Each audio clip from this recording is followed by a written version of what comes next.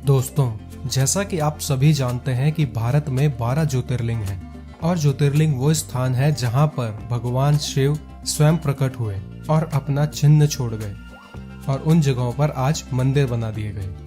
और इन 12 ज्योतिर्लिंग की यात्रा एक साथ आप कैसे करें, इस पर हमने एक पर्टिकुलर वीडियो बना दी है जो आपको आई बटन पर शो हो रही होगी और इसका लिंक हमने डिस्क्रिप्शन में भी दे दिया है। तो इस वीडियो को गो थ्रू कीजिए, आपको बहुत आसानी होगी 12 ज्योतिर्लिंग की यात्रा करने में। और इन 12 ज्योतिर्लिंगों में से 3 ज्योतिर्लिंग भारत के महाराष्ट्र राज्य में स्थित हैं। इनमें से है पुणे से 130 किलोमीटर के डिस्टेंस पर सिचुएटेड भीमाशंकर ज्योतिर्लिंग, नासिक से 39 किलोमीटर के डिस्टेंस पर सिचुएटेड त्र्यंबकेश्वर ज्योतिर्लिंग और औरंगाबाद से 30 किलोमीटर के डिस्टेंस पर सिचुएटेड कृष्णेश्वर ज्योतिर्लिंग। तो दोस्तों, आज की इस वीडियो में हम आपको बताएंगे कि अगर आप महाराष्ट्र आ रहे हैं तो आप इन तीनों ज्योतिर्लिंगों को एक साथ कैसे कवर कर सकते हैं, कैसे आप इनके दर्शन कर सकते हैं, क्या टाइमिंग है, वीआईपी दर्शन कैसे कर सकते हैं, इनके आसपास घूमने की और क्या क्या जगह हैं, क्या आइटेनरी हो सकती है इनको एक साथ कवर करने के लिए, कौन सा टाइम सबसे बेस्ट है इनको विजिट करने के लिए और इस पूरी यात्रा में आपका कितना खर्चा हो सकता है, और भी कई सारी जानकारियां इनसे रिलेटेड। तो इस वीडियो को बिल्कुल स्किप मत कीजिएगा, इसे बिल्कुल एंड तक देखिएगा। तो दोस्तों, बिना वक्त ज़ाया करे स्टार्ट करते हैं इस वीडियो को, सबसे पहले ये जानकर कि इस यात्रा को स्टार्ट कैसे और कहां से करना है। दोस्तों, आप देश के किसी भी कोने में हो, आपको सबसे पहले पुणे पहुंचना है। पुणे की कनेक्टिविटी काफ़ी अच्छी है। आप अगर फ्लाइट से आना चाहते हैं तो यहाँ पर पुणे का एयरपोर्ट है, आप अगर ट्रेन से आना चाहते हैं तो यहाँ पर पुणे जंक्शन है, और अगर आप बस से आना चाहते हैं तो यहाँ पर पुणे का बस स्टैंड है, और अगर आप बाय रोड अपनी खुद की पर्सनल गाड़ी से भी आना चाहते हैं तो भी आप बाय रोड पुणे इजीली पहुँच सकते हैं। इसके बाद पुणे पहुँचकर आपको पहुँचना होगा पुणे के शिवाजी नगर बस स्टैंड पर। अगर आप पब्लिक ट्रांसपोर्ट से आए हैं तो छत्रपति शिवाजी बस स्टैंड से भीमाशंकर की डायरेक्ट बस मिलती है और यहाँ से भीमाशंकर का डिस्टेंस 120 किलोमीटर के आसपास का है, जो कि बस करीबन 4 घंटे लेती है इस डिस्टेंस को कवर करने के लिए। इस बस का किराया 185 रुपीज़ होता है। आप इस बस से डायरेक्ट भीमाशंकर पहुँच सकते हैं, या फिर यहाँ बस स्टैंड के सामने आपको शेयरिंग बेसिस पर कैब मिल जाएगी भीमाशंकर जाने के लिए, जिसका राउंड ट्रिप का चार्ज 700 रुपीज़ रहता है। आप चाहें तो ये ऑप्शन भी ऑप्ट कर सकते हैं। इसके बाद आप रास्ते को एंजॉय करते हुए पहुंच जाएंगे भीमाशंकर ज्योतिर्लिंग। भीमाशंकर ज्योतिर्लिंग पहुंचकर आपको बस स्टैंड के पास ही 600 से 700 रुपए तक का एक होटल मिल जाएगा फ्रेशन अप होने के लिए। और अगर आपको ये खर्चा बचाना है तो आप पुणे के रेलवे स्टेशन पर भी वेटिंग रूम में फ्रेशन अप हो सकते हैं, अगर आप ट्रेन से आए हैं तो। या यहाँ पर भी सुलभ शौचालय की सर्विसेज है, आप चाहें तो यहाँ पर भी फ्रेशन अप हो सकते हैं। या फिर आप यहाँ पर 3 घंटे के हिसाब से 300 रुपए में एक रूम ले सकते हैं, जहाँ पर आप फ्रेशन अप होकर अपना सामान यहीं रखकर दर्शन के लिए जा सकते हैं। इसके बाद आप मंदिर दर्शन के लिए जाते हैं। मंदिर में दर्शन के लिए आपको यहाँ पर 225 स्टेयर्स नीचे उतरकर जाना होता है। रास्ते में आपको कई सारे भोजनालय और प्रसाद की दुकान दिखेंगे। आप चाहें तो यहाँ से अपना प्रसाद या अपना कुछ लंच भी कर सकते हैं। यहाँ पर वैसे डोली की सर्विसेज भी है सीनियर सिटीजन्स और बुजुर्गों के लिए। इस डोली का प्राइस 600 रुपीज़ रहता है और इस 600 में वो होटल से आपको अप एंड डाउन और दर्शन भी करवाते हैं। नॉर्मल दर्शन के लिए मंदिर में आपको नॉर्मल डेज में करीबन 1 घंटे में आपके दर्शन हो जाएंगे, और अगर आप मंडे, सावन, महाशिवरात्रि और किसी हिंदू फेस्टिवल के टाइम पर आते हैं तो आपको यही टाइम 4 से 5 घंटे भी लग सकता है। तो आप चाहें तो यहाँ पर वीआईपी दर्शन भी कर सकते हैं। यहाँ पर वीआईपी दर्शन के लिए आपको 500 रुपए की रिसिप्ट लेनी होती है, उसके बाद आप वीआईपी दर्शन भी कर सकते हैं। इसके बाद आप पहुँचते हैं मंदिर के मेन गर्भगृह में। यहाँ पर आप भीमाशंकर ज्योतिर्लिंग के दर्शन करते हैं। आपको शिवलिंग को स्पर्श भी करने दिया जाता है। आप जब गर्भगृह में जाएंगे तो यहाँ पर देखेंगे कि शिवलिंग को एक चांदी की परत चढ़ाकर रखते हैं, जिससे ओरिजिनल शिवलिंग के दर्शन नहीं हो पाते। ओरिजिनल शिवलिंग के दर्शन सुबह की आरती से 1 घंटा पहले ही कराए जाते हैं बस, जिसकी टाइमिंग मॉर्निंग में 4 से 5 बजे के बीच की है। तो अगर आपको ओरिजिनल शिवलिंग के दर्शन करने हैं तो आप मॉर्निंग में 4 से 5 के बीच में दर्शन कर सकते हैं। इसके बाद जब आप मंदिर से बाहर निकलते हैं तो आपको यहाँ पर शनिदेव का मंदिर, गोरक्षनाथ का मंदिर और श्री राम जी का मंदिर भी दिखता है। आप इनके भी दर्शन जरूर करें। फिर यहीं मंदिर के पास आपको भीमा नदी का उद्गम स्थान भी दिखता है, आप इसके भी दर्शन कर सकते हैं। वैसे यहाँ मंदिर के पीछे की तरफ गुप्त भीमा शंकर भी है, जहाँ तक जाने के लिए आपको 2.5 किलोमीटर तक का ट्रैक करना होता है।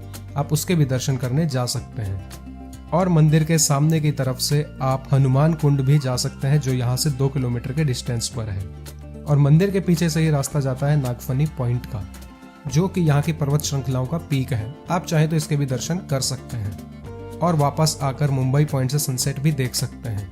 इन जगहों को कैसे कवर करना है और भीमा शंकर से क्या पौराणिक कथा रिलेटेड है, इस पे भी हमने एक पर्टिकुलर वीडियो बना दी है, जो आपको आई बटन पर शो हो रही होगी। आप वहां से गो थ्रू कर सकते हैं।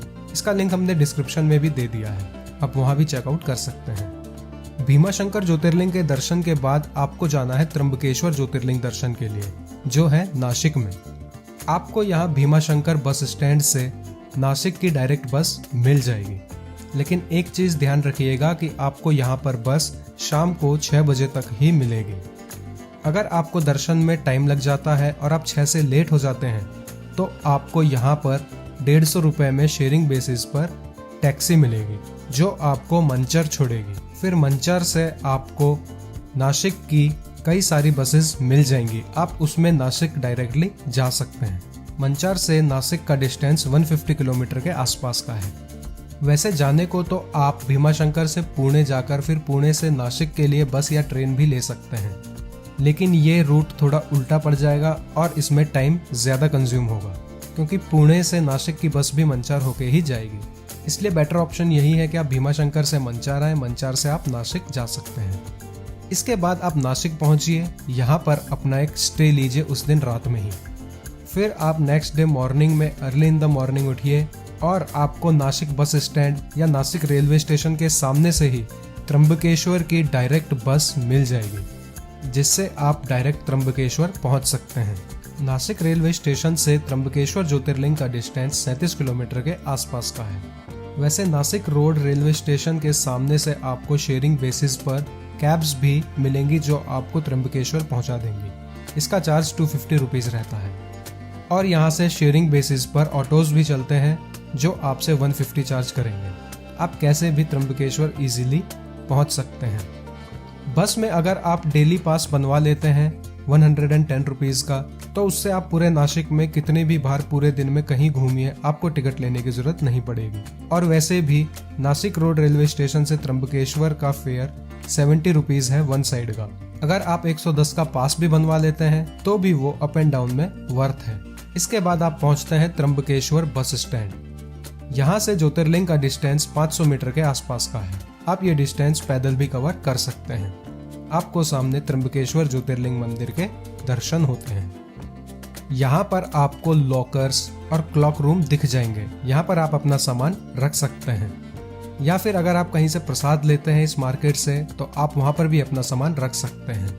यहाँ पर जूता चप्पल स्टैंड भी है, आप अपने जूते चप्पल रखिए। और इसी के बराबर से आप ईस्ट साइड गेट से दर्शन के लिए जा सकते हैं, अगर आप नॉर्मल दर्शन करने जा रहे हैं तो। और अगर आपको शीघ्र दर्शन या वीआईपी दर्शन करने हैं, तो यहाँ पर काउंटर से आपको 200 की डोनेशन रिसिप्ट कटानी होगी। उसके बाद आप वीआईपी दर्शन करने नॉर्थ गेट से अंदर जा सकते हैं।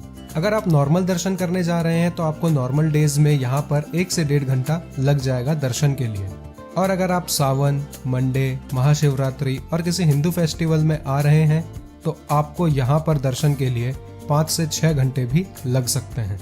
नॉर्मल दर्शन के लिए यहाँ पर जिगजैग टाइप की रेलिंग लगाई हुई है, और यहाँ पर ज़्यादा भीड़ हो जाती है तो यहाँ बैठने का भी बंदोबस्त किया गया है। रेलिंग के साथ ही बेंचेस लगाए गए हैं। अगर श्रद्धालु यात्रीगण थक जाएं, तो यहाँ पर बैठकर आराम भी कर सकते हैं। इसके बाद आप धीरे धीरे मंदिर के गर्भगृह की तरफ जाते हैं। आपको पहले नंदी जी के दर्शन होते हैं, उसके बाद आप मुख्य गर्भगृह में जाते हैं, जो कि अच्छा खासा बड़ा स्पेस है। यहाँ पर आप कई पंडितों को कई अनुष्ठान और पूजा कराते देखेंगे। अगर आप भी कोई विशिष्ट प्रकार की पूजा करवाना चाहते हैं, तो आप यहाँ पर पुजारियों से करवा सकते हैं। इसके बाद आप मंदिर के गर्भगृह की तरफ जाते हैं। मंदिर का मुख्य गर्भगृह एक गड्ढे की भांति अंदर की तरफ धंसा हुआ है। तो यहाँ पर अंदर सही से दर्शन नहीं हो पाते, इसलिए ऊपर एक बहुत बड़ा आईना लगाया हुआ है जिसमें आप त्र्यंबकेश्वर ज्योतिर्लिंग के दर्शन कर सकते हैं। जब आप दर्शन करेंगे तो देखेंगे कि यहाँ पर एज सच पर्टिकुलर कोई शिवलिंग नहीं है। एक शिवलिंग की शेप में गड्ढेनुमा आकृति में 3 छोटे छोटे अंगूठे के साइज के शिवलिंग स्थापित किए गए हैं, जिन्हें प्राय ब्रह्मा, विष्णु और रुद्र की मान्यता दी गई है। यहाँ पर शिवलिंग के पास एक मुकुट दिखेगा जिसमें बेशकीमती रत्न, हीरा, पन्ना आदि तरह के जड़े हुए हैं। इस मुकुट के दर्शन सिर्फ सोमवार को शाम को 4 से 5 बजे के बीच में कराए जाते हैं। तो अगर आप मुकुट के दर्शन के भी इच्छुक हैं तो आप उस टाइम से पहुंचें। त्र्यंबकेश्वर ज्योतिर्लिंग से क्या पौराणिक कथा जुड़ी हुई है, क्या स्टे ऑप्शंस है यहाँ पर आसपास, और भी कई सारी जानकारियाँ त्र्यंबकेश्वर से रिलेटेड हमने एक पर्टिकुलर वीडियो बना दी है जो आपको आई बटन पर शो हो रही होगी। आप उसे गो थ्रू कर सकते हैं। इसका लिंक हमने डिस्क्रिप्शन बॉक्स में भी दे दिया है, आप वहाँ से भी चेकआउट कर सकते हैं। त्र्यंबकेश्वर ज्योतिर्लिंग के दर्शन के बाद आप यहाँ से बाहर आ सकते हैं। बाहर आकर यहाँ से 300 मीटर के डिस्टेंस पर कुशावृत के दर्शन कर सकते हैं। जो शैव ब्राह्मण होते हैं वो यहीं पर कुंभ का स्नान करते हैं, तो आप इसके भी दर्शन जरूर करें। इसके बाद यहाँ पर ब्रह्मगिरी पर्वत है मंदिर के पीछे की तरफ, आप चाहें तो उसके भी दर्शन कर सकते हैं। ब्रह्मगिरी पर्वत तक जाने के लिए आपको 4 किलोमीटर तक का ट्रैक करना पड़ेगा, जो कि थोड़ा स्टीप भी है।